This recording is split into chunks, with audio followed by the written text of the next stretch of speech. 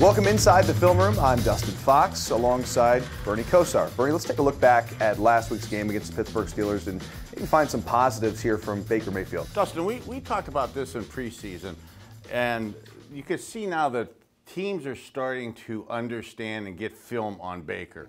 And right here, there's a first quarter, like 13 minutes to go, so the Steelers have game planned this. Now, we've seen Baker roll right, avoid pressure like he does here excellently. You see the slot blitz, three receivers to the bottom of your screen.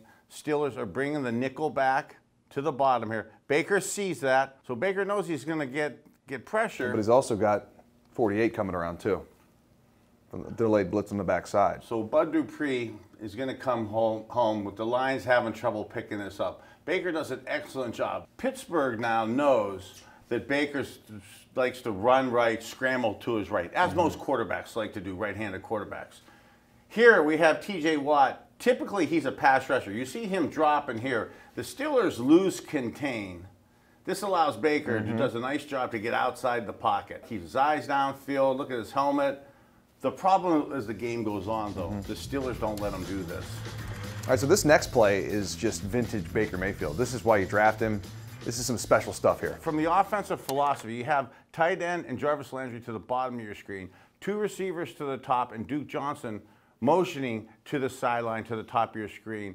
That's just to expand the defense, to hopefully give some more room within the zone coverage. Look at how Baker looks left. Look what it does to the safety to the bottom of the screen. Look at him coming down to get David Njoku up the seam. Now, the protection is not good right here.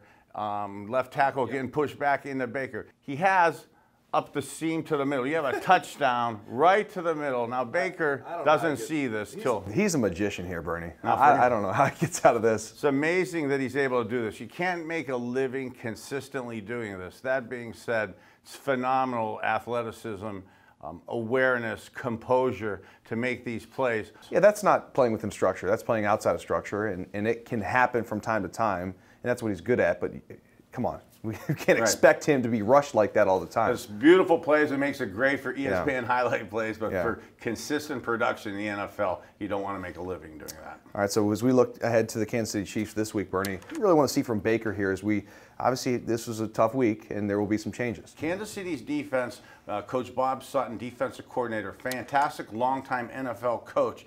But they've struggled offensively. They play a lot of man coverage. They play a lot of pressure coverage. Our receivers must get separation, and please catch the ball. Please catch the ball. He's Bernie Kosar. I'm Dustin Fox. We'll see you next time.